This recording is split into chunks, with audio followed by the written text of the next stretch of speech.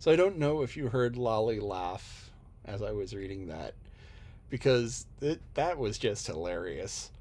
So Anne went to make a cake and she followed the recipe exactly and it turned out beautifully. But instead of the vanilla, she ended up using a liniment. Now, a liniment is something that you rub on usually, and you rub it on sore muscles and it makes them feel better. And some of them were edible. Some, I don't want to say edible. Some of them weren't toxic and were safe to eat. They weren't pleasant things if you were to taste them. The medicines involved were bitter. The carrying substances, what was used to bulk up so you have a little bit of drug and a lot of alcohol or soap or linseed oil, or so you would have all of this other stuff that the drug would be dissolved in, and then you rub it on and the stuff helps the drug soak through the skin and get into the muscle and ease the tension. So most of them, some of them were safe to eat, but none of them would have tasted good. And so the preacher's wife was just, Mrs. Allen was just, okay, gotta eat this to be polite. And I imagine the bit with the jam and the frosting were pretty good, or the bits with the jam were acceptable, but the whole thing was just painfully bad. And you kind of feel sorry for Anne because she had a stuffy nose, she couldn't smell it.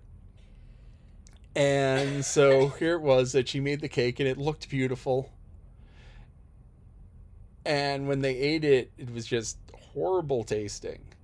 And so Anne properly, felt horrible about it. And, she was right that this is the kind of story that will follow a person and follow them and follow them and follow them. And hopefully, her friends would realize that, this is something that bothers her over time. And so the story would stop being told. And eventually everyone would forget about it. But this is one of those things that's just, that follows you. Now, Marilla broke the liniment bottle and poured what was left into a vanilla bottle. And bottles at this time were kind of rare and kind of expensive. And so they ended up getting reused. And so you would often have bottles used 5 or 6 times for a variety of different things. And if you wash it out, it's mostly okay. So, you would have a bottle of liniment. And then when the bottle was empty, you would take the bottle and you would sell it, give it to somebody. And there were people who would buy used bottles and they would wash them and fill them. So it could be liniment, it could be vanilla, it could be anything. And the shape of the bottle only really showed what its first use was. And many of these bottles had lives of their own. So, it could go through 5 or 6 different things before somebody just said, I'm just going to throw this away. Or it broke, like the liniment bottle did. And there was a period of time. It stopped being a thing really, I guess, kind of in the 80s, where soda bottles were reused. They weren't recycled, they weren't melted down and turned into other things made out of glass. They were reused. And actually, down in the basement, I have a case of Coke and Sprite bottles that are probably 40, 50, 60 years old. They're buried in the back, and I never used them. And I picked them up as part of a big box lot at an auction. But anyway, it's a case of soda bottles. And the way it used to work is you would go to the grocery store and you would buy a bottle of soda for like a quarter. And 5 cents of that was the deposit on the bottle. So what you would do is you would go and you'd drink the soda and you'd save the bottles. And then you'd bring back the case of soda or the bottles of soda, and they would take the 5 cents off that you paid on the deposit, so that when you bought your next Coke, instead of paying 25 cents, you only paid 20 cents because you got 5 cents back. And so what people could do is they could collect bottles from other people who weren't bothered or who threw them away or whatever, and take them back and just get by themselves, get themselves something for nothing. Um, so that's the way it used to work. But it was such a hassle with soda companies going, okay, I have to take the bottle, I have to clean the bottle, I have to sterilize the bottle, I have to inspect the bottle and make sure that there's not a crack, make sure that the lip isn't damaged, make sure that yada, yada, yada. And they only got 50 uses out of them or 20 uses out of them. So they're like, we're just going to go with plastic. We're just going to go with a thinner, non recyclable glass. We're just going to go with aluminum. And so what happened is the bottles became disposable. You no longer had the deposit on them. And nowadays, several states have instituted a mandatory deposit on all non or on all recyclable containers, yada. It gets all technical. And it's back to 5 cents a can in New York.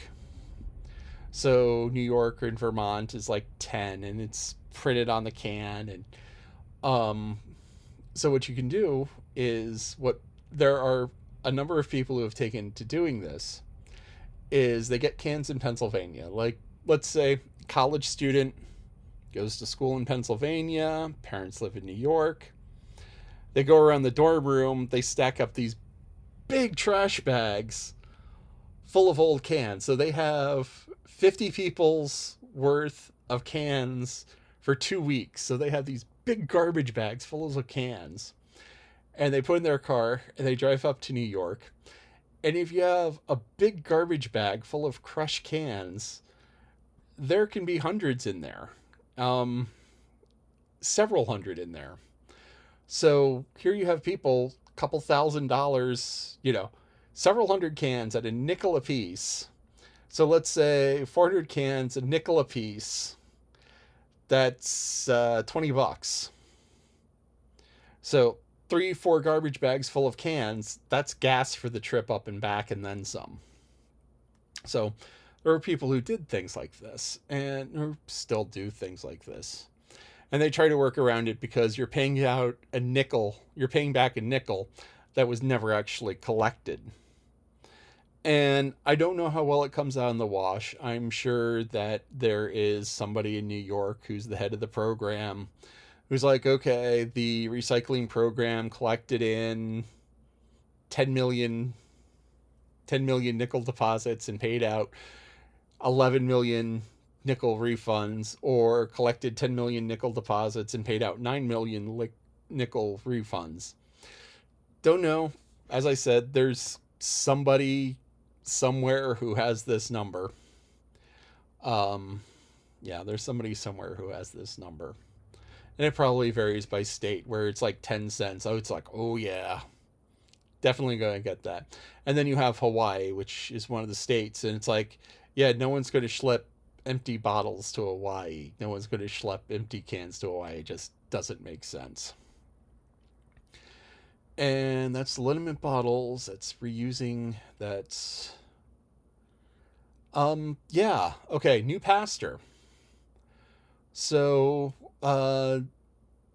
ministers, being a minister, being a pastor is a job. And it's it's different than a lot of jobs, but at the same time it's kind of the same.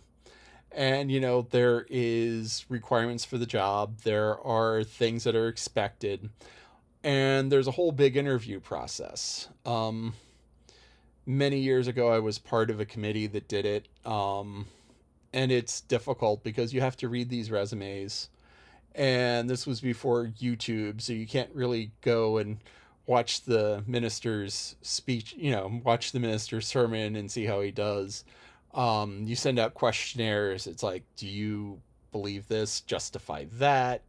What is your position on communion? What is your position on this? And, and so you ask them the theology and you check the references of this is where they went to seminary. This is where they learned.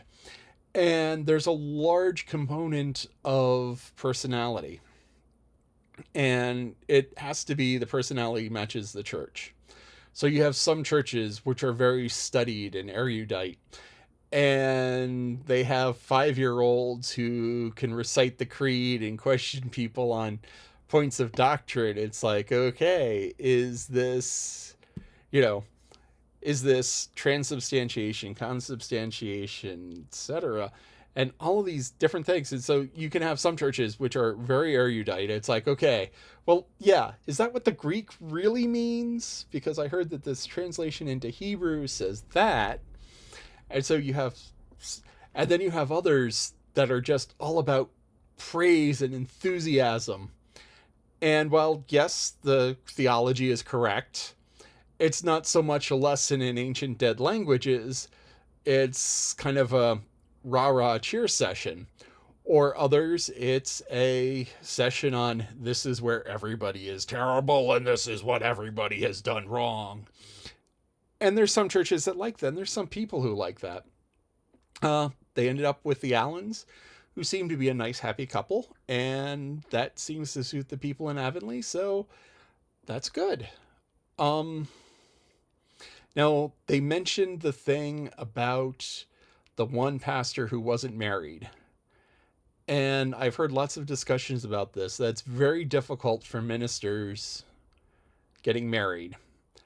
That they have this narrow window of they can't really get married during seminary because, they're studying, they're working hard, they're learning all of this stuff.